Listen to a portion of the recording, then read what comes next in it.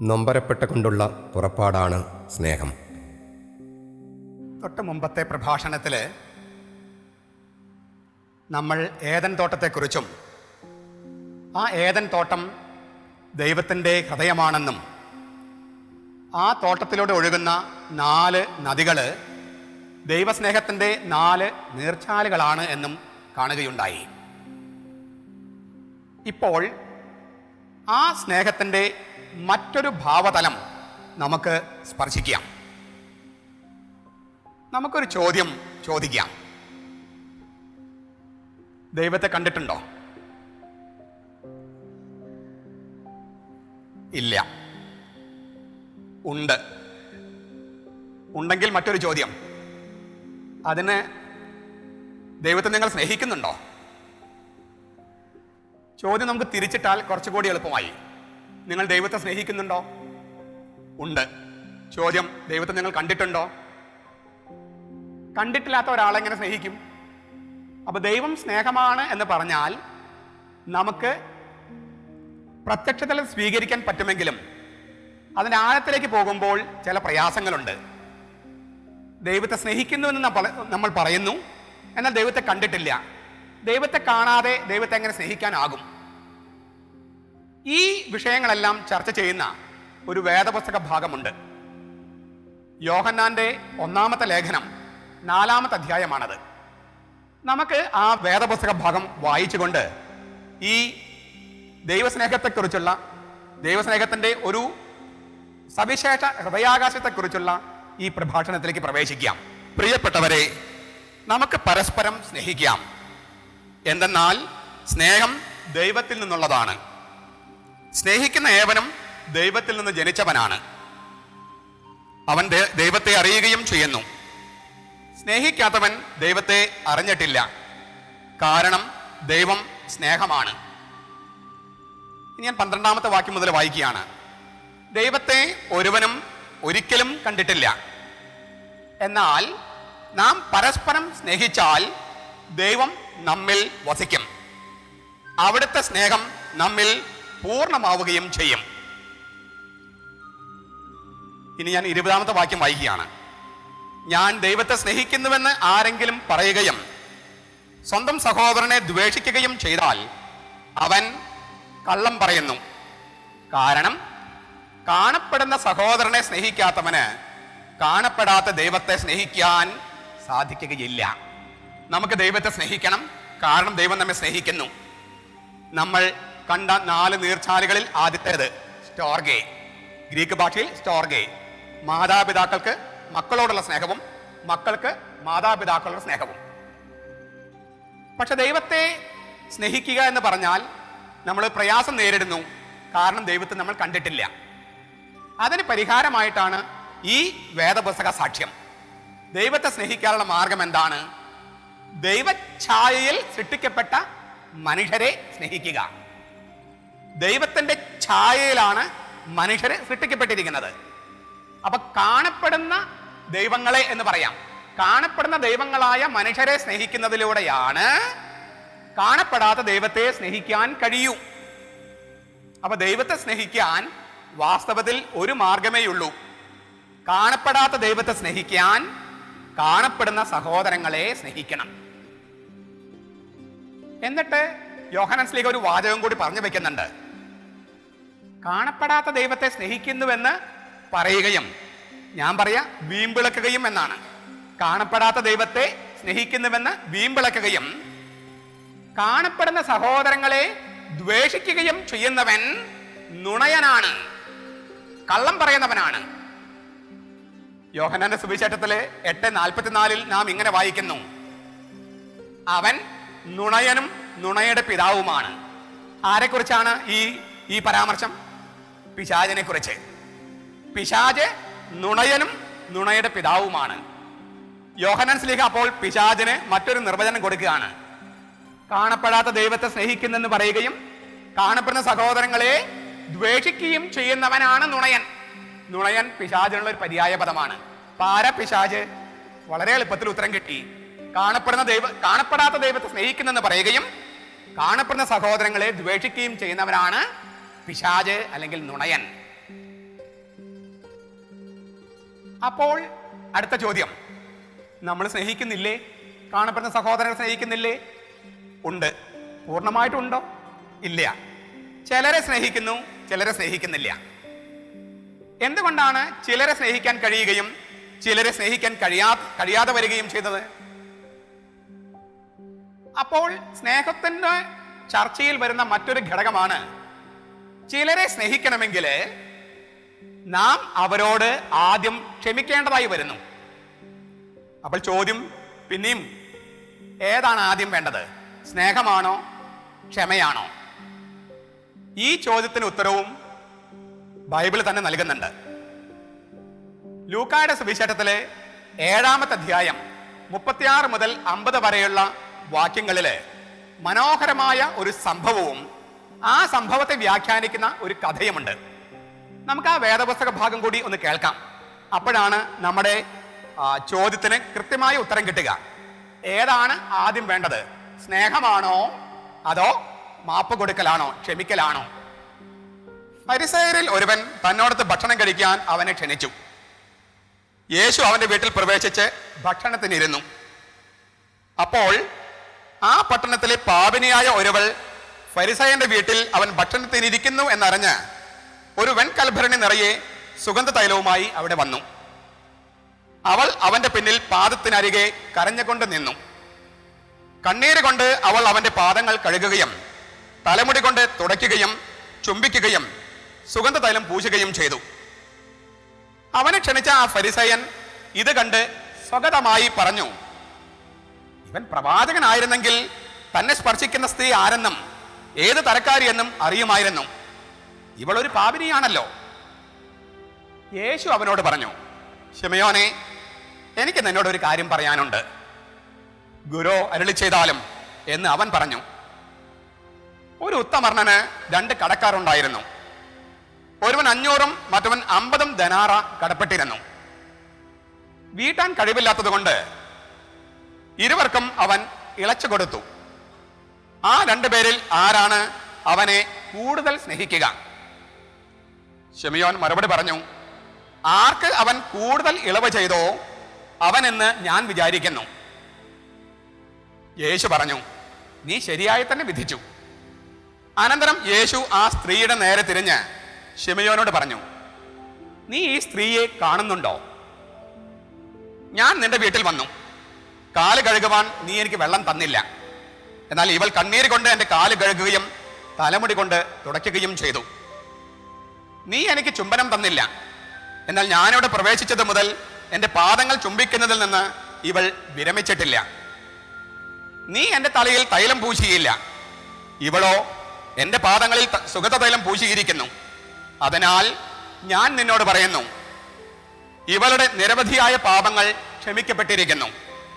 എന്തെന്നാൽ ഇവൾ അധികം സ്നേഹിച്ചു. ആരോട് അല്പം ക്ഷമിക്കപ്പെടുന്നുവോ അവൻ അല്പം സ്നേഹിക്കുന്നു. അവൻ അവളോട് പറഞ്ഞു, നിന്റെ പാപങ്ങൾ ക്ഷമിക്കപ്പെട്ടിരിക്കുന്നു. ഇവിടെ 2 സംഭവങ്ങളുണ്ട് എന്ന് ഞാൻ സൂചിപ്പിച്ചു. ഒന്ന്, യേശു ആ ശിമയോന്റെ വീട്ടിൽ ഭക്ഷണത്തിനിരിക്കുന്നു. അവിടെ നടന്നൊരു സംഭവം. ആ സംഭവത്തിനെ ശിമയോൻ കണ്ടതും യേശു കണ്ടതും വ്യത്യസ്ത രീതിയിലായതുകൊണ്ട് എന്തുകൊണ്ടാണ് ആ വ്യത്യാസം എന്ന് വ്യാഖ്യാനിക്കുന്ന ഒരു കഥയും ഇതിനകത്തുണ്ട്.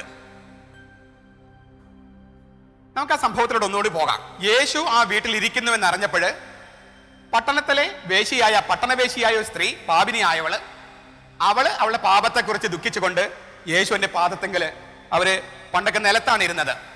നിലത്തിങ്ങനെ ഇരുന്ന് കുഷിയിലേക്ക് ഇരുന്ന് കാല് നീട്ടി വെക്കും. അപ്പൊ ആ കാൽപാദത്തെങ്കിൽ ഇരുന്ന് അവള് കർത്താവിന്റെ കാൽപാദത്തിൽ ഇരുന്നപ്പോൾ അവളുടെ പാപത്തെക്കുറിച്ച് ഓർത്തു. കണ്ണീര് സ്വാഭാവികമായിട്ടും വന്നു. ആ കണ്ണീര് കർത്താവിന് കാൽക്കൽ വീണു. അവളുടെ മുടി കൊണ്ട് തുടച്ചു, എന്നിട്ട് ചുംബിച്ചു.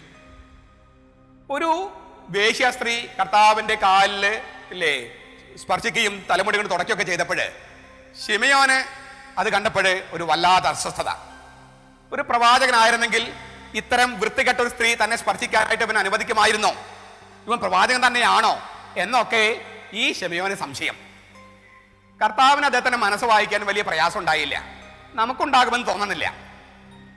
ശിമയോന്റെ മനസ്സിൽ കിടന്നിങ്ങനെ ഈ അസ്വസ്ഥമായപ്പോൾ, ഞെരിപിരി കൊള്ളുമ്പോൾ യേശു ശിമയോനോട് പറഞ്ഞു, ശിമയോനെ, എനിക്ക് നിന്നോട് കഥ പറയാനുണ്ട്. ഗുരു, കഥ പറഞ്ഞാലും എന്ന് ശിമയോൻ. ഒരു മനുഷ്യൻ, പണം കടം കൊടുക്കുന്ന ഒരു മനുഷ്യന് 2 കടക്കാരുണ്ടായിരുന്നു.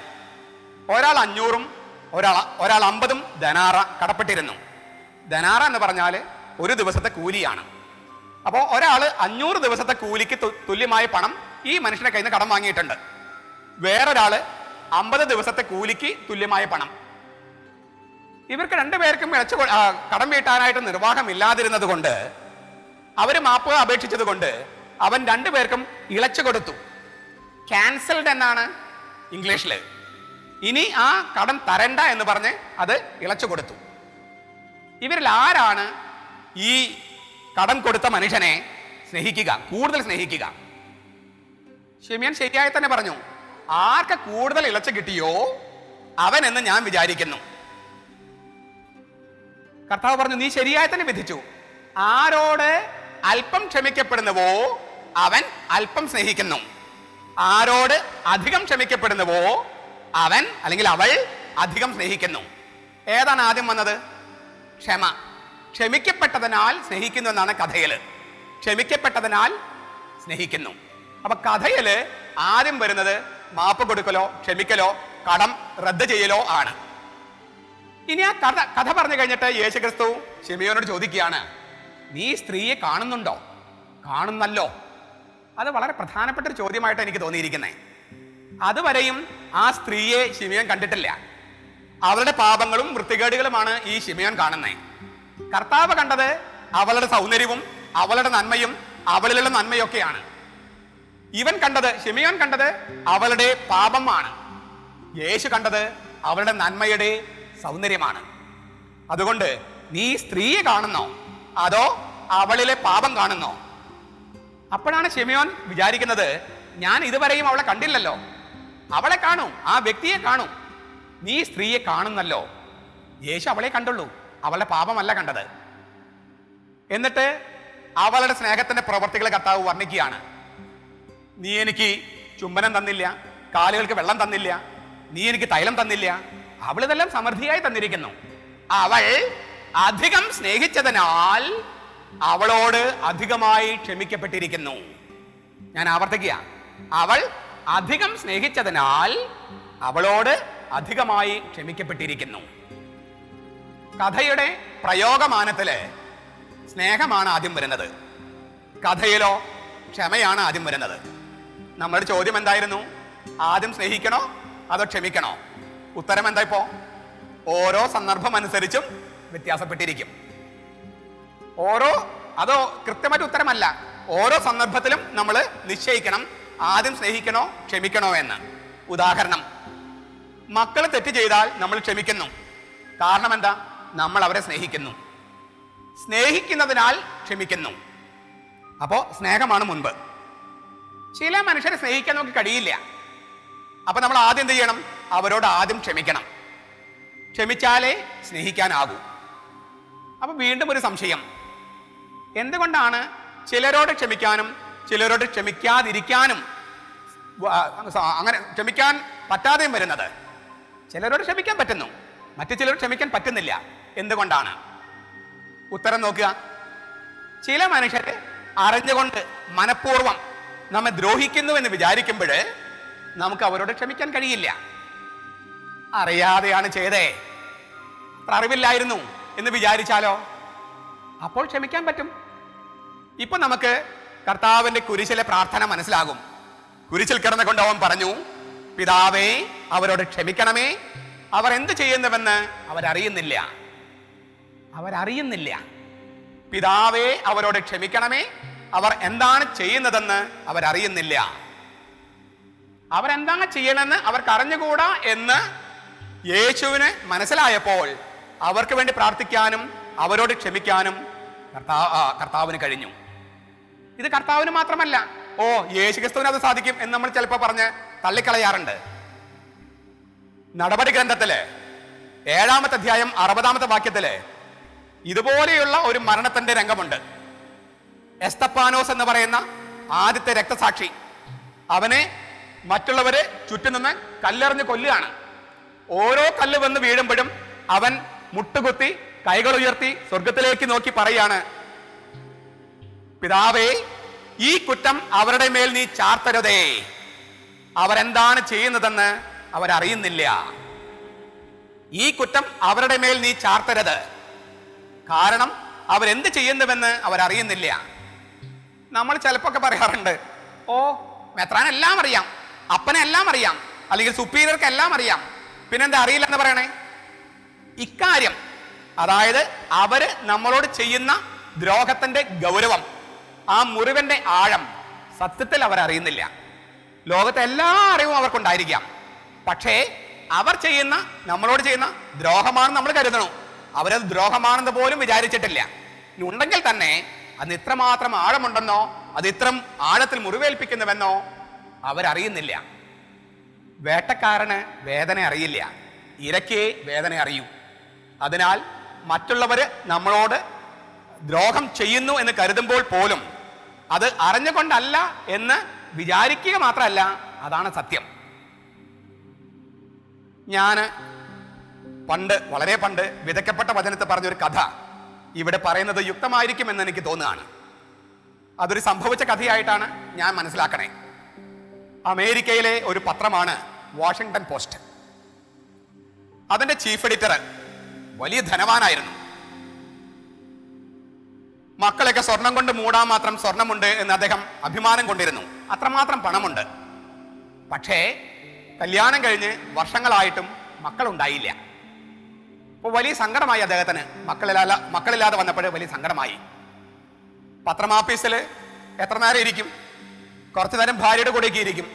അപ്പോഴും മക്കളില്ലാത്ത ദുഃഖം വല്ലാതെ അലട്ടി.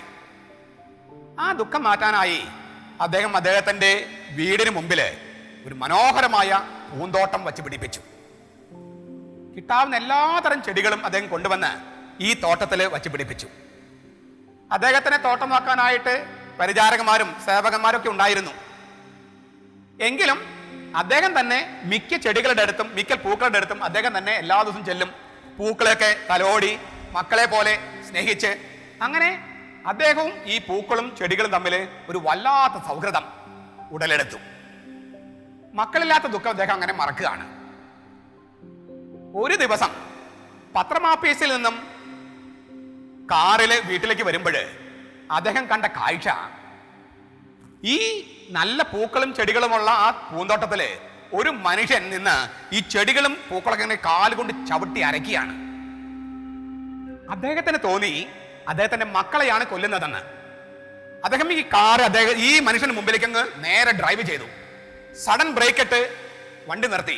ഡോറ് വളരെ റാഷായി തുറന്ന് ആ കോപത്തിന്റെ ആധിക്യത്തില് ഈ മനുഷ്യന്റെ അടുത്ത് ചെന്ന് അങ്ങയുടെ കഴുത്തിന് പിടിച്ച്, ഈ പൂക്കളും ചെടികളും ചവിട്ടി അരയ്ക്കുന്ന മനുഷ്യന്റെ കഴുത്തിന് പിടിച്ച് അങ്ങ് ഞെരുക്കി കൊല്ലാനായിട്ട്. സത്യത്തിൽ ആ മനുഷ്യൻ ചത്തുപോയനെ. പക്ഷെ അദ്ദേഹം അപ്പോഴേക്കും മറ്റൊരു കാഴ്ച കണ്ടു. കൈകൾ അയഞ്ഞു. അദ്ദേഹത്തിന് ആ മനുഷ്യനെ കൊല്ലാൻ കഴിഞ്ഞില്ല. എന്തായിരുന്നു ആ കാഴ്ച? ഇങ്ങനെ കഴുത്ത് പിടിച്ച് ഞെരിക്കുന്നതിനിടയിൽ അദ്ദേഹം മറ്റേ മനുഷ്യന്റെ കണ്ണുകളിലേക്ക് നോക്കി. ആ മനുഷ്യൻ അന്ധനായിരുന്നു. വഴി തെറ്റിയപ്പോഴ്, വഴി തേടാൻ വേണ്ടിയിട്ട് ശ്രമിച്ചപ്പോഴാണ് ഈ ചെടികളും പൂക്കളും ഒക്കെ ചവിട്ടി അരഞ്ഞു പോയത്. ഈ സംഭവം അദ്ദേഹം പിറ്റേ ദിവസം പത്രത്തില് എഡിറ്റോറിയൽ പേജിൽ എഴുതി. എന്നിട്ട് അദ്ദേഹം അതിന് താഴെ ഒരു കുറിപ്പ് കൊടുത്തു. ആരെങ്കിലും നിങ്ങൾക്കെതിരെ എന്തെങ്കിലും ചെയ്യുന്നെങ്കിൽ ഓർക്കുക, അവർക്ക് കണ്ണില്ലാഞ്ഞിട്ടാണ്, അറിയാൻ മേലാഞ്ഞിട്ടാണ്.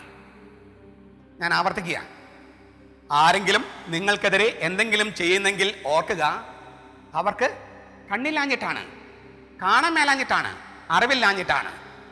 ഇപ്പൊ നമുക്ക് കുരിശിലെ പ്രാർത്ഥന മനസ്സിലാകുകയാണ്. പിതാവേ, അവരോട് ക്ഷമിക്കണമേ, അവരെന്ത് ചെയ്യുന്നുവെന്ന് അവരറിയുന്നില്ല.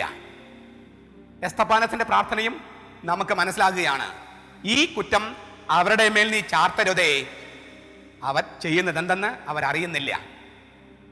ഇങ്ങനെ മാപ്പ് കൊടുക്കുന്നതിന്റെ പ്രാർത്ഥന കർത്താവ് പ്രാർത്ഥിച്ചപ്പോഴാണ് കർത്താവിന്റെ വലത്തുവശത്ത് കിടന്ന കവർച്ചക്കാരൻ എന്ന് പറയുന്ന ബാൻഡിറ്റ്, കള്ളനല്ല കവർച്ചക്കാരൻ, അവന് മാനസാന്തരം വന്നത്. അവൻ യേശുവിലേക്ക് തിരിഞ്ഞു പറഞ്ഞു, നീ നിന്റെ സ്വർഗ്ഗരാജ്യത്ത് വരുമ്പോൾ എന്നെയും ഓർക്കണേ. ഇതുപോലൊരു മാനസാന്തരം എസ്തപ്പാനസിന്റെ പ്രാർത്ഥനയ്ക്കും കിട്ടുന്നുണ്ട്. എസ്തപ്പാനസിനെ കല്ലെറിയാൻ ഒരുപാട് പേര് കല്ലെറിയുമ്പോൾ ഈ കല്ലെറിയുന്നവരുടെ വസ്ത്രം യഹൂദന്മാരിങ്ങനെ ലൂസായുള്ള വസ്ത്രമാണ് ധരിക്കുക. അതും വെച്ചുകൊണ്ട് ഒരാളെ കല്ലെറിയാൻ പറ്റില്ല. അപ്പോൾ മേൽവസ്ത്രം അവർ ഊരി ഒരു ചെറുപ്പക്കാരന്റെ കാൽക്കൽ വെച്ചിരുന്നുവെന്ന് നടപടി ഗ്രന്ഥത്തിൽ എഴുതിയിട്ടുണ്ട്. സാവൂൾ എന്ന് വിളിക്കുന്ന ഒരു ചെറുപ്പക്കാരൻ, അവൻ കല്ലെറിഞ്ഞില്ല. പക്ഷെ കല്ലെറിയുന്നവർക്ക് പ്രോത്സാഹനം നൽകിക്കൊണ്ടും അവരുടെ വസ്ത്രവും മറ്റു കാര്യങ്ങളും സൂക്ഷിച്ചുകൊണ്ടും ആ ചെറുപ്പക്കാർ നിൽക്കുന്നുണ്ടായിരുന്നു. ഓരോ കല്ല് വന്ന് വീഴുമ്പോഴും എസ്തപ്പാനസ് പ്രാർത്ഥിക്കുകയാണ്, പിതാവേ, ഈ കുറ്റം അവരുടെ മേൽ നീ ചാർത്തരുതേ, അവരെന്ത് ചെയ്യുന്നുവെന്ന് അവർ അറിയുന്നില്ല. അപ്പോൾ ആ പ്രാർത്ഥന കേട്ട മനുഷ്യൻ, എസ്തപ്പാനസിന്റെ അതേ പ്രായമുള്ള ഈ യുവാവ് സാവൂള് മാനസാന്തരപ്പെടുകയാണ്. 9-ാമത്തെ അധ്യായത്തിൽ നമ്മൾ വായിക്കുന്നത് ഇല്ലേ, he was breathing threats and murder. ഭീഷണിയും വധവും അവന്റെ ശ്വാസത്തിൽ പോലും ഉണ്ടായിരുന്നു എന്നാണ് സാവൂളിനെ കുറിച്ചുള്ള പരാമർശം. He was breathing threats and murder. അങ്ങനെ ഭീഷണിയും അക്രമവും കൊലപാതകവും നടത്താൻ മതത്തിന്റെ പേരിൽ നടത്തിയ വ്യക്തി മാനസാന്തരപ്പെടാനുണ്ടായ സംഗതി എന്താണ്? അത് എസ്തപ്പാനോസിന്റെ പ്രാർത്ഥനയാണ്. എന്തായിരുന്ന പ്രാർത്ഥന? മാപ്പ് കൊടുക്കാൻ വേണ്ടിയുള്ള പ്രാർത്ഥന. ഇത് പൗലോസിന് നന്നായിട്ട് മനസ്സിലായത് കൊണ്ടാണ് പിന്നീട് അദ്ദേഹം പറയുന്നത്, നിങ്ങൾ ശത്രുക്കൾക്കോ മറ്റുള്ളവർക്കോ മാപ്പ് കൊടുക്കുമ്പോൾ അവരുടെ തലയിൽ തീക്കനൽ കൂട്ടുകയാണ്. ആ തീക്കനൽ ആദ്യം വന്ന് വീണത് അദ്ദേഹത്തിന്റെ തന്നെ മനസ്സിലാണ്. സാവൂള് പൗലോസായി എന്ന് നമ്മൾ പറയുന്നു. അത് സംഭവിച്ചത് ഡമാസ്കസിലേക്ക് പോയ വഴിയിൽ മാത്രമല്ല, അതിന് മുമ്പേ തുടങ്ങി. എങ്ങനെ ഒരു ചെറുപ്പക്കാരന് മാപ്പ് കൊടുത്തുകൊണ്ട് മരിക്കാൻ കഴിയും? അതാണ് അദ്ദേഹത്തെ പിടിച്ചുലച്ച പ്രധാനപ്പെട്ട സംഭവം. അപ്പോഴാണ് അദ്ദേഹം മനസ്സിലാക്കുന്നത്, ഇത് എസ്തപ്പാനോസിന്റെ കഴിവ് കൊണ്ട് മാത്രമല്ല, കർത്താവിന്റെ കഴിവ് കൊണ്ടാണ്. അങ്ങനെ കർത്താവിനെ ദമാസ്കസിൽ പോകുന്ന വഴിയിൽ വെച്ച് കണ്ടുമുട്ടുകയാണ് പൗലോസ്. നമ്മൾ മറ്റുള്ളവർക്ക് മാപ്പ് കൊടുക്കുമ്പോൾ എത്ര കഠിന തീവ്രവാദിയാണെങ്കിൽ പോലും അവരുടെ മനസ്സിൽ തീക്കനൽ കൂട്ടുകയാണ്. ആ കനല് കത്തി കത്തി കത്തി അത് ദൈവത്തിന്റെ സ്നേഹാഗ്നിയായി വളരും. ഞാൻ പണ്ട് മലയാറ്റൂര് ബൈബിൾ കൺവെൻഷന് പ്രസംഗിക്കാനായിട്ട് ക്ഷണിക്കപ്പെട്ടു. അന്ന് ഞങ്ങൾ 2 പേരായിരുന്നു പ്രധാനമായിട്ടും പ്രസംഗകര്. എൻ്റെ കൂടെ പ്രസംഗിക്കാൻ വന്നത് നിങ്ങൾക്കൊക്കെ പരിചയമുള്ള ഒരു വ്യക്തിയാണ്, doctor D Babu Paul. Kerala ഗവൺമെന്റില് ചീഫ് സെക്രട്ടറി റാങ്കില് വിരമിച്ച ഡോക്ടർ ഡി ബാബു പോളാണ് അന്നത്തെ പ്രസംഗകനായിരുന്നത്. ഞങ്ങൾ 2 പേരായിരുന്നു. ഞങ്ങൾ പ്രസംഗിക്കാൻ ചെല്ലുന്നതിന് മുൻപ് തന്നെ കാപ്പി കുടിക്കാനായിട്ട് ഇരുന്നപ്പോൾ ദൈവത്തെക്കുറിച്ചായിരുന്നു ചർച്ച. അപ്പൊ ആരോ അദ്ദേഹത്തോട് ചോദിച്ചു, താങ്കൾക്ക് ദൈവം ആരാണ്? താങ്കൾക്ക് ദൈവം ആരാണ്? അദ്ദേഹം പറഞ്ഞു, ഞാനൊരു അനുഭവം പറയാം, അപ്പൊ നിങ്ങൾക്ക് മനസ്സിലാകും ആരാ ദൈവം. പണ്ട് ഞാൻ പാലക്കാട് 1970-കളിൽ പാലക്കാട് ജില്ലാ കളക്ടറായിരുന്നു. ഒരു ദിവസം കളക്ടറേറ്റിൽ നിന്നും വീട്ടിലേക്ക് വന്നു. അന്ന് എന്തോ കാര്യം പറഞ്ഞ് അപ്പനും ഞാനും തമ്മിൽ ചെറുതായിട്ട് ഇടഞ്ഞു. അല്പം കശപിശ ഉണ്ടായി. ദേഷ്യം വരുമ്പോൾ നമ്മൾ സ്വരമുയർത്തും, ശബ്ദമുയർത്തും. ഞാനും കുറെ ശബ്ദമുയർത്തി അപ്പനോട് ദേഷ്യപ്പെട്ടെല്ലാം പറഞ്ഞു. അത് കഴിഞ്ഞ് കുറച്ച് കഴിഞ്ഞപ്പോൾ എല്ലാം ശാന്തമായി. അമ്മ വളരെയധികം തമാശ പറഞ്ഞ അമ്മ ചില തമാശയെല്ലാം പറഞ്ഞു. ഞങ്ങളെല്ലാം ചിരിയിൽ പങ്കുചേർന്നു. കുടുംബ പ്രാർത്ഥന കഴിഞ്ഞു, ഭക്ഷണം കഴിഞ്ഞു, ഉറങ്ങാൻ കിടന്നു. എന്തുകൊണ്ടോ എനിക്ക് ഉറക്കം വന്നില്ല. ഒരു വെണ്ണീരിൽ കിടക്കുന്ന തീ പോലെ എൻ്റെ നെഞ്ചിനകത്തിങ്ങനെ ഒരു നെരിപ്പോട് കിടക്കുക. അതിങ്ങനെ കത്തിയും തെളിഞ്ഞും ഒക്കെ നിൽക്കുകയാണ്. അപ്പനായിരുന്നല്ലോ, അപ്പനോട് ഇത്രയും ദേഷ്യപ്പെടേണ്ട കാര്യം ഉണ്ടായിരുന്നോ? അപ്പൻ അങ്ങനെ ദേഷ്യപ്പെട്ടാൽ പോലും ഞാൻ ജില്ലാ കളക്ടറും IAS കാരനുമായ ഞാൻ, അറിവുണ്ടെന്ന് വിചാരിക്കുന്ന ഞാൻ ക്ഷമിക്കേണ്ടതായിരുന്നില്ലേ? ഞാൻ അത്ര ഒച്ചയൊക്കെ എടുക്കേണ്ട കാര്യം ഉണ്ടായിരുന്നോ എന്നെല്ലാം വിചാരിച്ച് ഈ അപ്പനോട് കയർത്തതിനെ കുറിച്ച് വല്ലാത്തൊരു വിഷമം. 12 മണിയായി, 1 മണിയായി, 1:30 ഉറക്കം വരുന്നില്ല. 1:30 കഴിഞ്ഞപ്പോൾ ഞാൻ പതുക്കെ എഴുന്നേറ്റു എന്ന് ബാബു പോൾ പറയാണ്. എഴുന്നേറ്റു. അപ്പൻ കിടക്കുന്ന മുറിയിലേക്ക് പോയി. അപ്പൻ വാതില് കുറ്റിയിട്ടിട്ടില്ല, സാക്ഷി ഇട്ടിട്ടില്ല, ചാരിയിട്ടേ ഉള്ളൂ. പതുക്കെ ആ വാതിലും തള്ളി തുറന്നു. നോക്കിയപ്പോൾ അപ്പനും ഉറങ്ങിയിട്ടില്ല. അപ്പൻ ഇങ്ങനെ തലയണയിൽ കൈകൾ ഇങ്ങനെ വെച്ച് ഇങ്ങനെ മലർന്ന് കിടക്കുകയാണ്. കൈകളാണ് തലയണ, ഇങ്ങനെ കിടക്കുകയാണ്. വാതില് തള്ളി തുറക്കുന്ന ശബ്ദം കേട്ടപ്പോൾ അപ്പൻ ഈ കൈകളിൽ ഒരു കൈയെടുത്ത് ആ തലയണയിൽ ഇങ്ങനെ നിവർത്തി വെച്ചു. ബാബു പോള് ഇല്ലേ, നല്ല തടിയും മണ്ണും ഒക്കെ ഉള്ള അദ്ദേഹം ആ കൈകളിലേക്ക് അങ്ങ് വീണു. അപ്പൻ അദ്ദേഹത്തെ ഇങ്ങനെ ഞെരിച്ചിട്ട് കൊല്ലാനല്ല, സ്നേഹം കൊണ്ട് ഞെരിച്ചിട്ട് പറഞ്ഞു, നീ വരുമെന്ന് എനിക്കറിയാമായിരുന്നു, നീ വരുമെന്ന് എനിക്കറിയാമായിരുന്നു. അദ്ദേഹം പറഞ്ഞു നിർത്തി, ഇതാണ് എനിക്ക് ദൈവം. വലിയ മനുഷ്യർക്ക് മാപ്പ് കൊടുക്കാൻ കഴിയൂ. ഹീനർക്ക്, ഏത് ഹീനർക്കും പ്രതികാരം ചെയ്യാൻ കഴിയും. വളരെ ഉന്നതരായ വ്യക്തികൾക്ക് മാപ്പ് കൊടുക്കാനാകൂ. ദൈവം നമ്മിൽ നിന്ന് പ്രതീക്ഷിക്കുന്നത് ദൈവത്തോളം വളരണമെന്നല്ലേ? ദൈവഛായയിലല്ലേ നമ്മൾ സൃഷ്ടിക്കപ്പെട്ടിരിക്കുന്നത്? അപ്പൊ ദൈവമക്കളായി വളരാനുള്ള മാർഗം എന്ന് പറയുന്നത്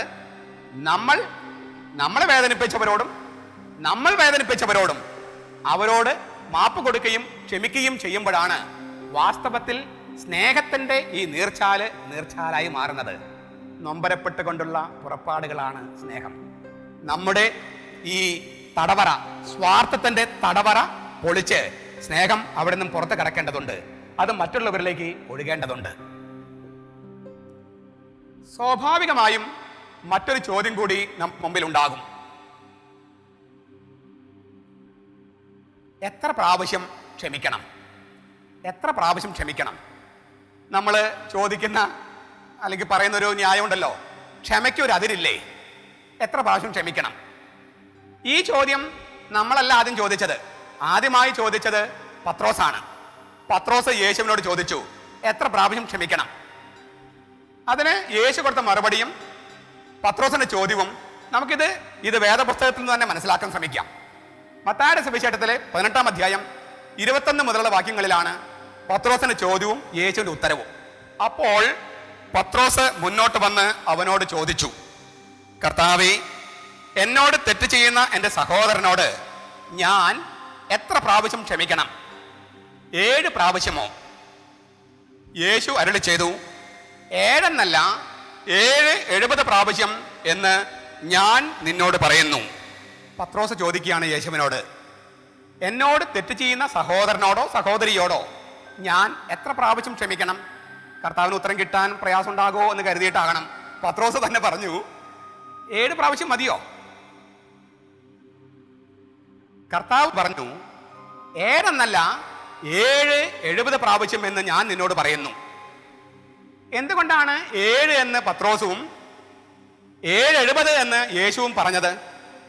അതിന്റെ ന്യായം കണ്ടെത്തണമെങ്കിൽ നമ്മൾ പഴയ നിയമത്തിലെ മറ്റൊരു നിയമം അറിയേണ്ടതുണ്ട്. ഉൽപ്പത്തിയുടെ പുസ്തകത്തിലെ 4-ാമത്തെ അധ്യായം 23-ഉം 24-ഉം വാക്യങ്ങളില് ഒരു നിയമം കിടപ്പുണ്ട്. നമുക്ക് അതുകൂടി കേട്ടിട്ട് പത്രോസിന്റെയും യേശുവിന്റെയും ഉത്തരത്തിലേക്ക് മടങ്ങി വരാം. ലാമെക്ക് തന്റെ ഭാര്യമാരോട് പറഞ്ഞു, ആദായേ സില്ലായേ, ഞാൻ പറയുന്നത് കേൾക്കുവിൻ. ലാമെക്കിന്റെ ഭാര്യമാരെ, എനിക്ക് ചെവി തരുവിൻ. എന്നെ മുറിപ്പെടുത്തിയ ഒരുവനെയും എന്നെ അടിച്ച ഒരു ചെറുപ്പക്കാരനെയും ഞാൻ കൊന്നുകളഞ്ഞു.